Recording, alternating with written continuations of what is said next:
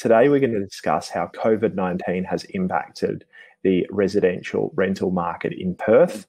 I have with me Claire Christensen on a hangout meeting due to social isolation.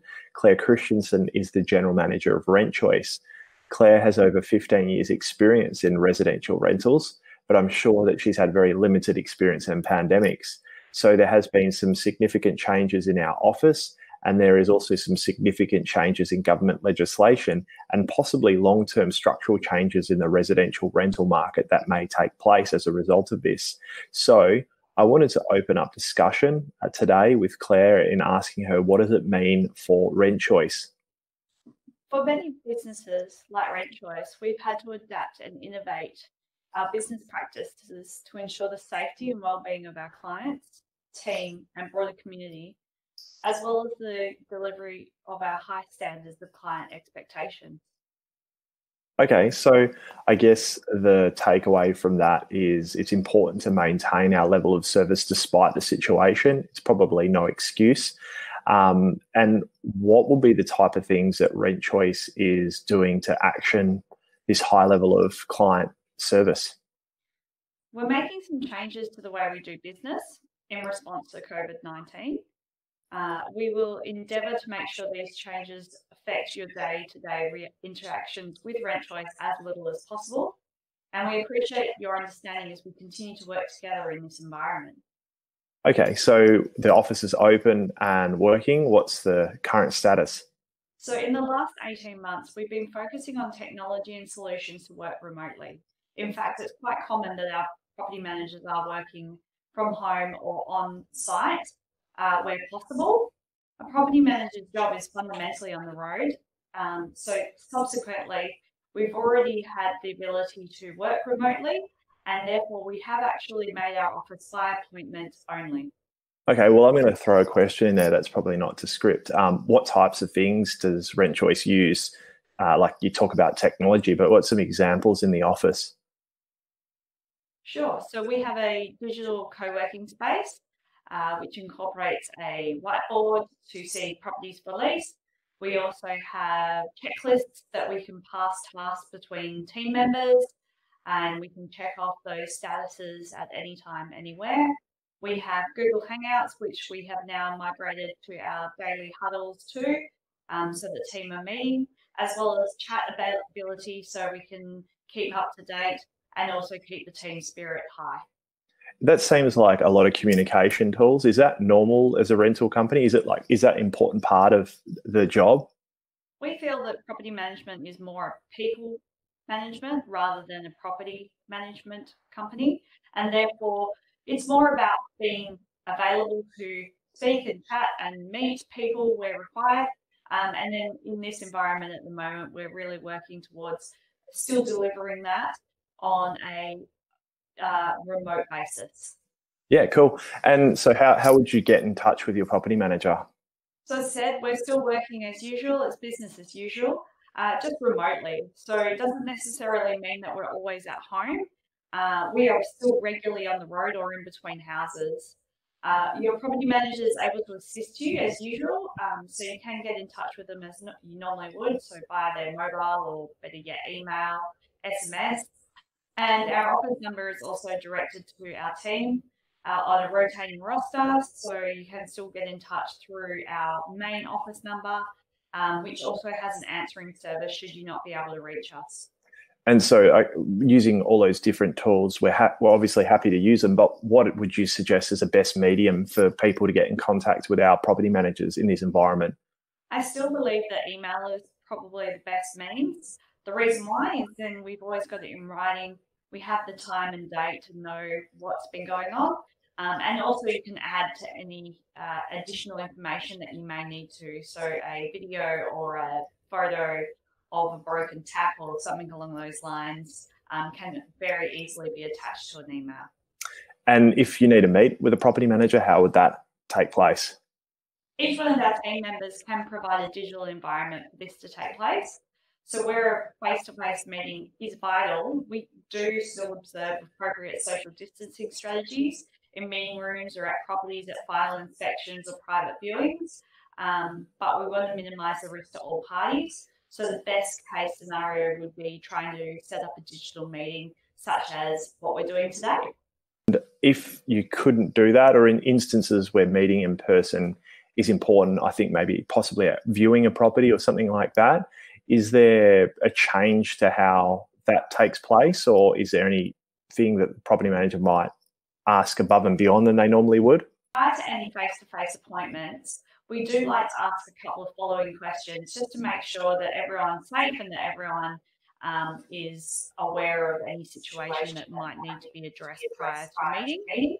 So these questions can be if you or anyone in your household is self-isolating. Have you recently returned from overseas travel? Have you had close contact with a coronavirus case? Are you unwell, or do you have any virus symptoms such as fever or a sore throat? Is there anything that rent choice needs to be aware of that may increase the risk of the virus? Once we've verified this information, usually via email, we can coordinate the meeting. Okay, these all sound like kind of front-end meetings. So whether it's a new business or meeting with an owner that's got a newly taken on property, or it might be, for example, showing a property when a tenant is yet to move in. What about with ongoing operations such as routine inspections? How would you go about conducting those? Different agencies are addressing inspections differently. We can still conduct one-on-one inspections if need be. However, with the wonders of technology, we have come up with alternative solutions. So we can enable video walkthroughs or tenant-driven inspections through the use of a specific app. Your property manager will be able to talk you through this and will be able to work out the best way to complete your inspections. We still are asking for the tenants to make sure the property is kept to a high standard, and we'll also help you guide you through this process.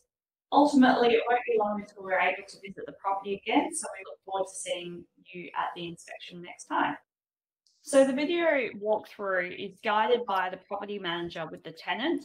It's usually conducted either via mobile phone, tablet, or laptop. Usually the tenant's on the mobile or the tablet, and they effectively walk through the home with the property manager on the other end of the call, and checking out any key areas that the property manager would like the tenant to hone in on.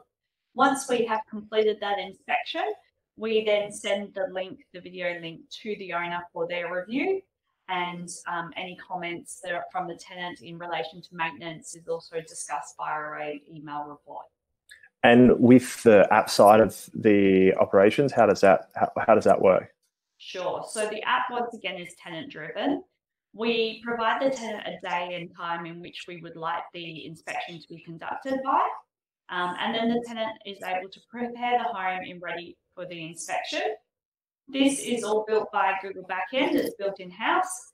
Therefore, it loads straight into our systems and processes, and also is a secure product. Therefore, we know that the tenant has conducted that inspection on that day and that time, and there's no modifications for brightening up or anything like that done to the photos for the owner's confidence.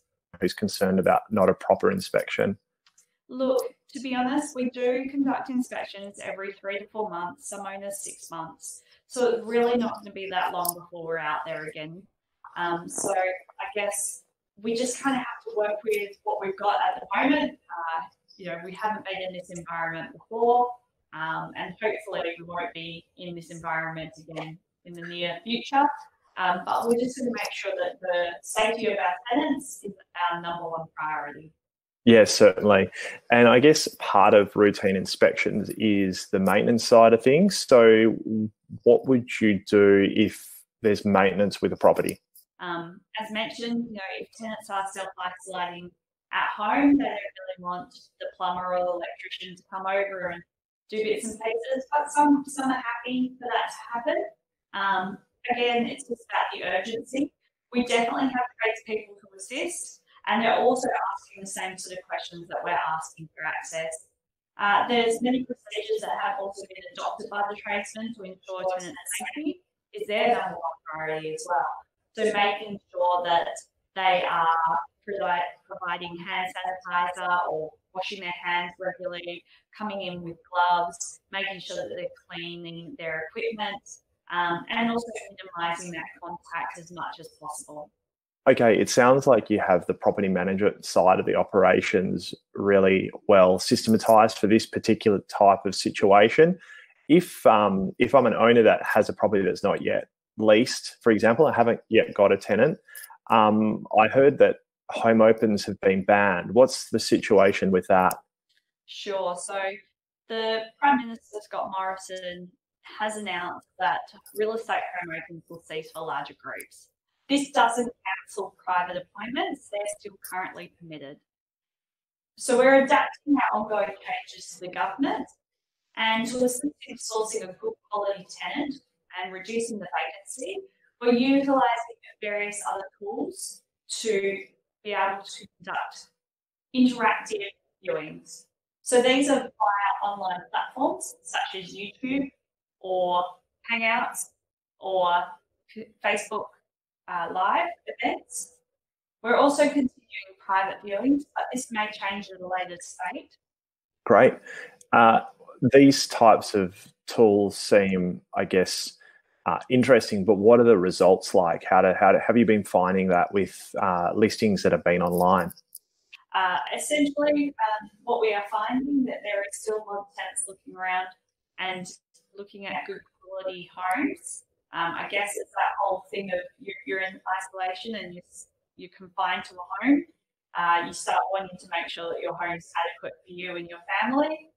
So we are still receiving a high level of inquiries. What we're doing is we are still proceeding with our existing process. We're able to accept online applications and vetting and checking these applications prior to either organising a private viewing and organising the electronic lease sign-up and key handover process. So we are still definitely seeing a lot of activity in the market, and we have leased so far 20 properties this month.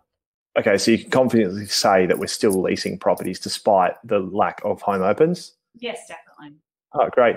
And when we have, I guess, tenancies in place, there's been some speculation or discussion around the eviction process and the impacts COVID-19 might have on that. What have you heard? The Australian government has announced a no eviction moratorium, meaning that tenants cannot be evicted as a result of financial distress caused by COVID-19 for the maximum period of 6 months. The exact details around this legislation is still to be finalised. However, it's not to be confused with a moratorium on rent over this period. The Premier, Mark Brown, has stipulated that rent should still be paid. So just clarifying that point? Sure. So the government are due to release more information over the coming days in respect to rental payments. The most important thing you need to know is keep your property manager up to date with these circumstances. If you're a tenant and you're worried about missing a payment, communicate this first with your property manager, and they can definitely speak to your owner in respect to pointing you in the right direction of bodies that can maybe be able to assist you in relation to payments, as well as discussing your circumstances with your owner direct. In this type of situation, what things, as a general rule, are available to tenants or owners that are in, probably start with tenants that are in financial hardship? There is a number of government initiatives to assist people in hardship affected by COVID-19. Some of these increased the job seeker allowance, change rules around assets and income tests. Businesses are encouraged to bring back employees, and there's extra staff to be employed in call centres and at Centrelink to help with the influx of people.